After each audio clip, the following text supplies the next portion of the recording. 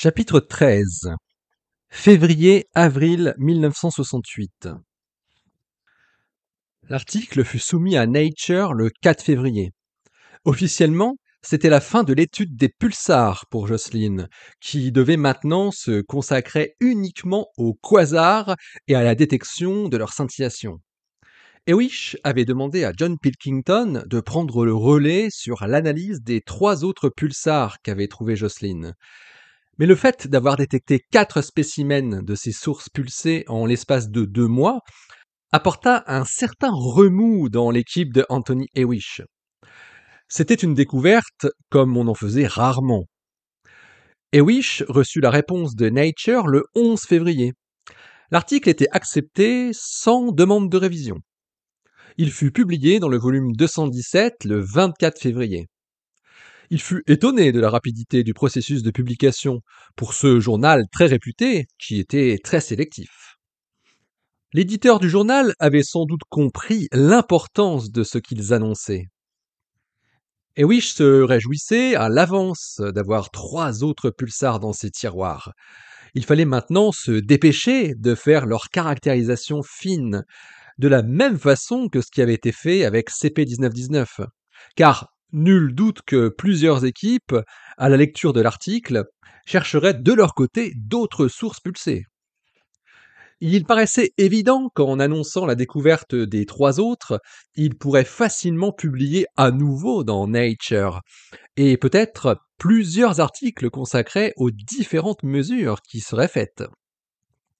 Mais le revers, c'était que toute la communauté radioastronomique était déjà certainement partie en quête de sources pulsées dès qu'ils avaient lu le premier article. Il n'y aurait donc pas trop de temps à perdre si on voulait rester les leaders dans ce créneau des nouvelles sources radio. 2 jours après la publication, le 26 février, Hewish reçut un appel téléphonique de quelqu'un qui se présentait comme un journaliste et qui voulait parler de l'article qu'il venait de publier dans Nature au sujet de la découverte d'un signal radio étrange. Hewish n'avait pas du tout envie d'avoir un journaliste dans les pattes, et il lui répondit de s'adresser à son étudiante, Jocelyn Bell, qui pourrait lui répondre. Puis il prévint tout de suite Jocelyn qu'un journaliste allait sans doute la contacter au sujet de CP1919. « C'est à cause des petits hommes verts, c'est pour ça ?»« Je n'en sais trop rien. C'est possible qu'il parle de ça. Surtout, évite de le lancer là-dessus, hein.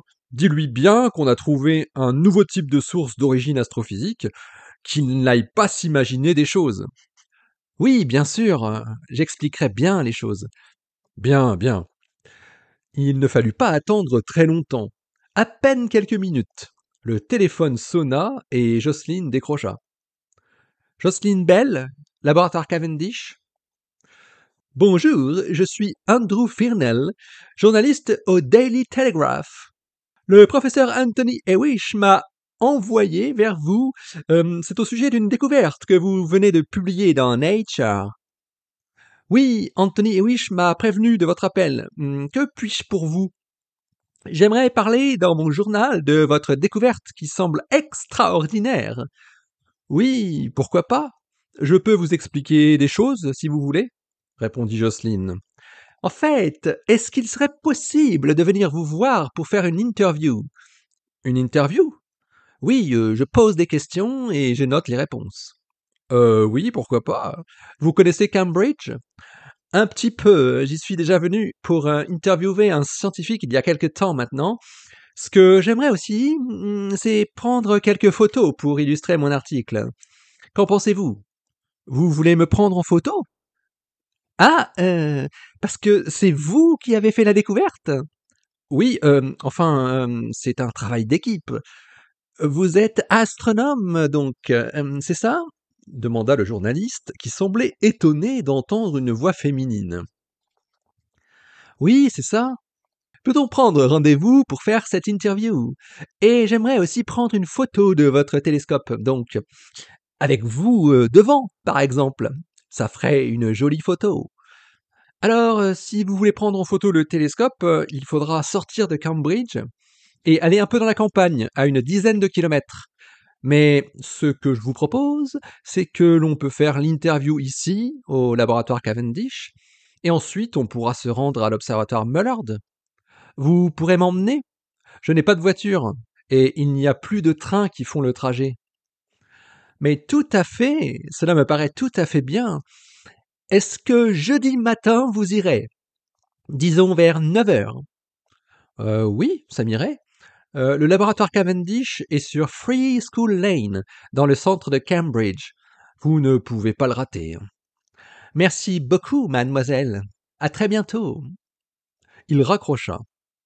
Jocelyne se tourna vers son voisin de bureau. Oh là là, on va parler de moi dans le journal. Qu'est-ce que je vais dire? Il faut pas que je raconte n'importe quoi. Andrew Fearnell était un homme plutôt grand. Il portait une grande sacoche de laquelle dépassaient un grand calepin et un gros étui qui devait contenir un gros appareil photographique de type réflexe portable. Des petites poches sur le devant contenaient des boîtes de pellicules. Il se présenta à l'entrée du laboratoire Cavendish, une cigarette aux lèvres, en disant qu'il était envoyé par le Daily Telegraph et qu'il avait rendez-vous avec Miss Bell.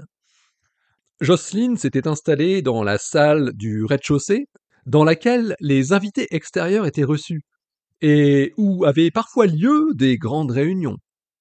Elle avait pris avec elle plusieurs feuilles de notes, ainsi que les enregistrements de l'IPSA du 28 novembre, pour montrer aux journalistes ce qu'étaient les données avec lesquelles elle travaillait tous les jours, et qui avaient mené à la découverte des sources pulsées.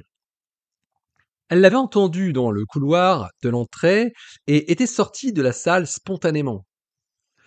Bonjour monsieur, je suis Jocelyne Bell. Je vous attendais. Enchanté de faire votre connaissance. Merci d'avoir accepté de faire cette interview. Je vous en prie. Ce n'est pas tous les jours que des journalistes s'intéressent à notre travail. Je vous propose que nous nous installions dans cette salle. J'ai préparé quelques documents qui pourront servir à vous montrer comment nous travaillons. Très bien, je vous suis. Ils s'installèrent rapidement sur le bord d'une longue table qui pouvait accueillir 20 personnes.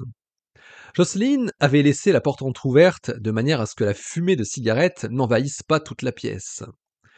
Alors, tout d'abord, j'aimerais que vous vous présentiez, si vous le voulez bien, commença Fearnell. Je m'appelle Jocelyne Bell, je suis étudiante en thèse ici, au laboratoire Cavendish, dans le groupe de radioastronomie, sous la direction du professeur Anthony Hewish, avec qui vous avez co-signé cet article paru dans Nature. Oui, c'est ça, ainsi que nos collaborateurs. Vous êtes la deuxième auteure de l'article. Le professeur Hewish est le premier auteur, c'est ça? Vous l'avez écrit ensemble? Oui, c'est ça, comme c'est souvent le cas dans la recherche scientifique. Nous rédigeons des articles pour annoncer les découvertes que nous pouvons faire. Plusieurs personnes ont travaillé pour produire ces résultats et les différentes personnes sont co-signataires. Quel a été votre rôle exact dans cette découverte? J'ai tout d'abord construit notre radiotélescope, avec d'autres personnes du laboratoire, bien sûr. Cela nous a pris 2 ans, et puis j'ai ensuite fait des tests avec ce tout nouveau radiotélescope, et puis nous avons enregistré des données que j'ai analysées manuellement. Vous avez analysé les données? Qu'est-ce que cela signifie plus précisément? Demanda Fearnell.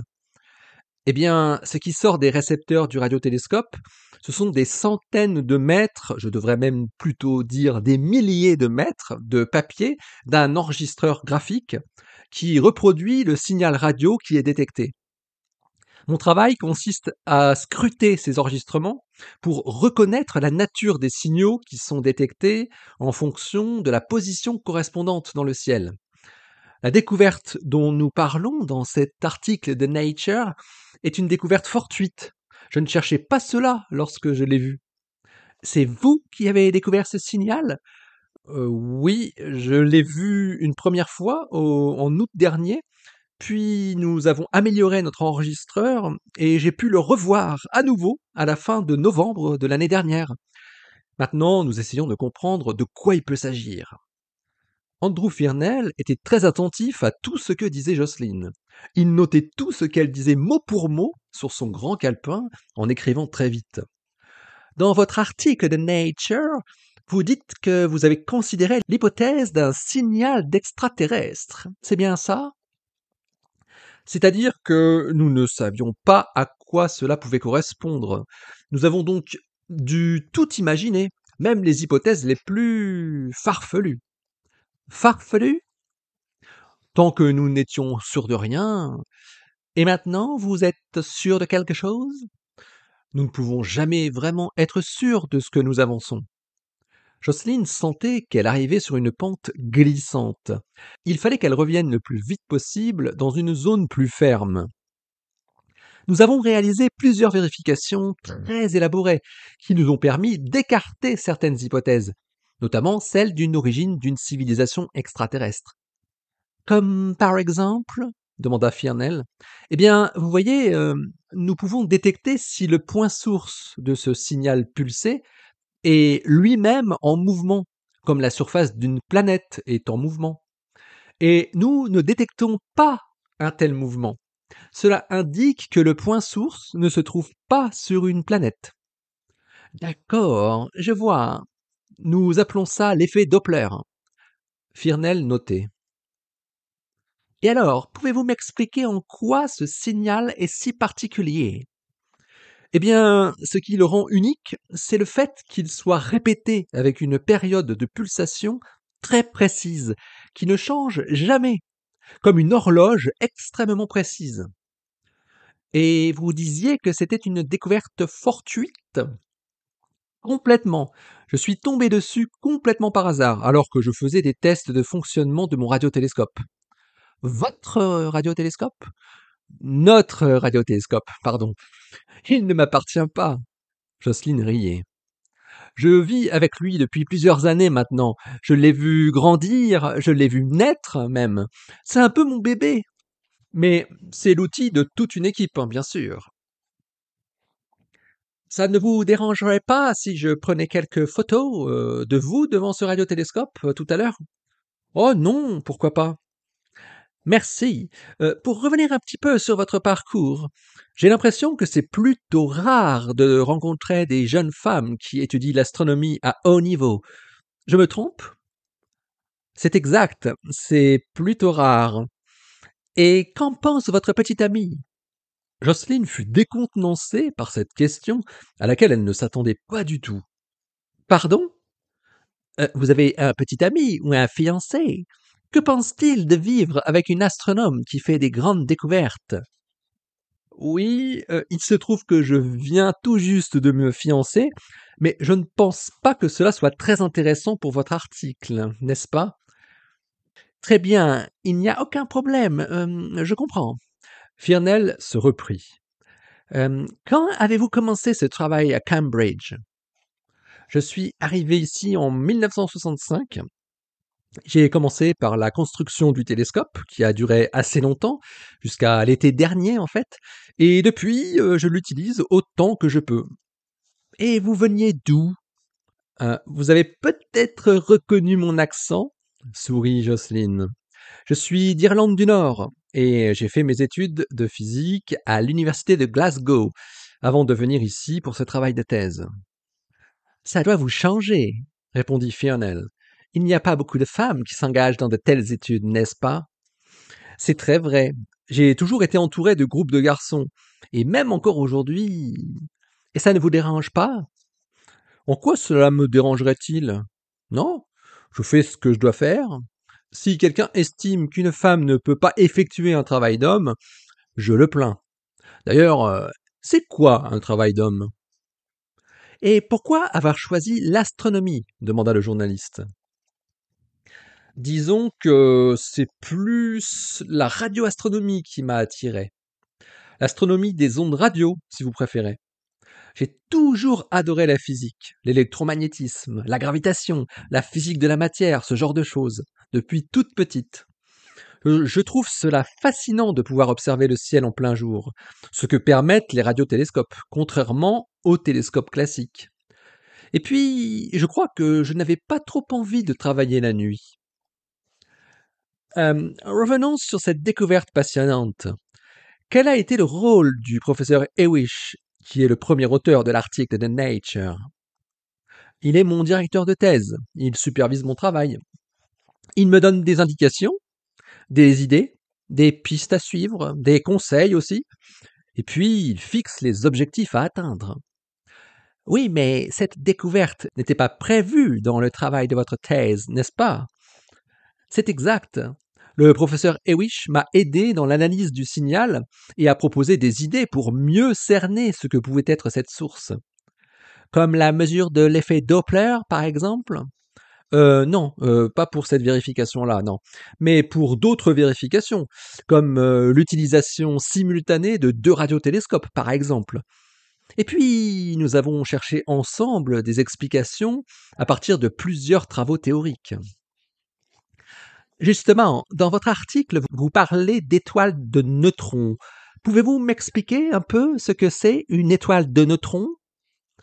Nous disons une étoile à neutrons, en fait. Une étoile à neutrons, c'est une étoile qui aurait la même masse que le Soleil, mais qui serait extrêmement comprimée sur elle-même. Elle serait tellement comprimée que tous ces atomes seraient collés les uns sur les autres, et il ne subsisterait plus que des neutrons, d'où leur nom. Mais ces astres sont tout à fait hypothétiques aujourd'hui. D'accord. Si je vous suis bien, si votre explication pour ce signal pulsé est correcte, cela serait une preuve directe, par l'observation, de l'existence de ces astres hypothétiques? Absolument, ou cela se pourrait, répondit Jocelyne. Firnel la regarda en écarquillant légèrement les yeux. Ça serait extraordinaire, non? Demanda-t-il. Sans doute, oui.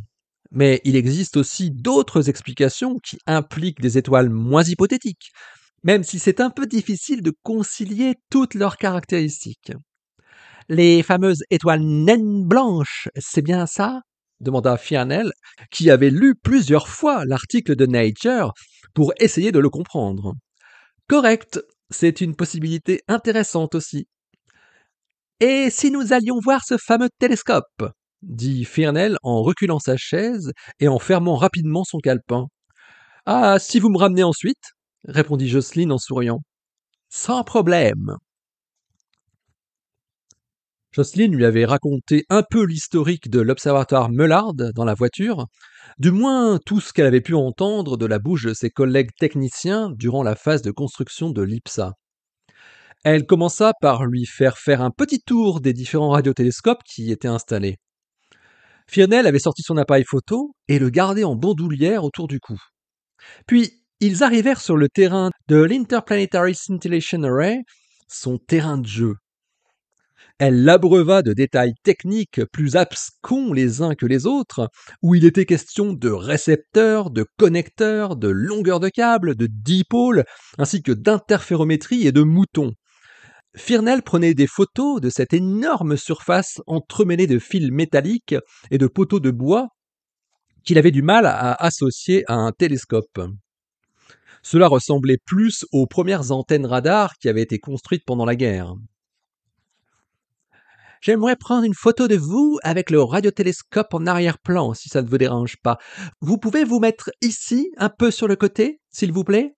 Voilà, c'est parfait. Un petit sourire? Très bien. Maintenant, est-ce que vous pourriez faire un gros sourire? Très joyeux, hein? Comme si vous veniez de faire une très grande découverte. Vous voyez? Vous pourriez même lever les bras ou sauter en l'air en criant Eureka! Vous pourriez faire ça pour la photo? Jocelyne rigola en entendant la demande de Firnel qui continuait de shooter. Vous êtes sérieux? Oui, c'est pour la photo, c'est pour bien illustrer la découverte que vous avez faite. Bon, c'est bien parce que vous êtes sympathique, hein, mais je trouve ça un peu bizarre quand même, rétorqua Jocelyne. Je le fais une fois, hein, c'est tout, hein? Elle lança ses bras vers le ciel en criant « J'ai trouvé des pulsars !» Superbe! Merci, mademoiselle Belle. Cela va faire une très belle photo pour illustrer l'article, je crois. Vous faites toujours des mises en scène comme ça dans vos articles? Demanda Jocelyne. On essaye d'illustrer au mieux ce qui est écrit dans l'article. Je suis sûr que vous étiez très heureuse lorsque vous avez fait cette découverte, n'est-ce pas? Oui, c'est vrai, je n'ai pas sauté en l'air, mais j'ai peut-être un peu crié, j'avoue, souriait Jocelyne. Vous avez dit pour la photo des pulsars, reprit Firnel. On ne parle que d'un seul objet dans votre article de Nature, si je ne me souviens bien. Il y en a d'autres? Jocelyne comprit qu'elle avait trop parlé. Elle savait que Hewish et Pilkington avaient prévu de parler de l'observation des 4 pulsars devant la Royal Astronomical Society, et il ne fallait pas que ça sorte dans la presse avant, surtout pas. Elle mentit à Firnel. En fait, il s'agit d'un seul pulsar, effectivement, mais on est quasi sûr maintenant qu'on va pouvoir en détecter d'autres avec cette méthode de détection, et ce radiotélescope très performant. Andrew Firnel semblait satisfait de la réponse de Jocelyne.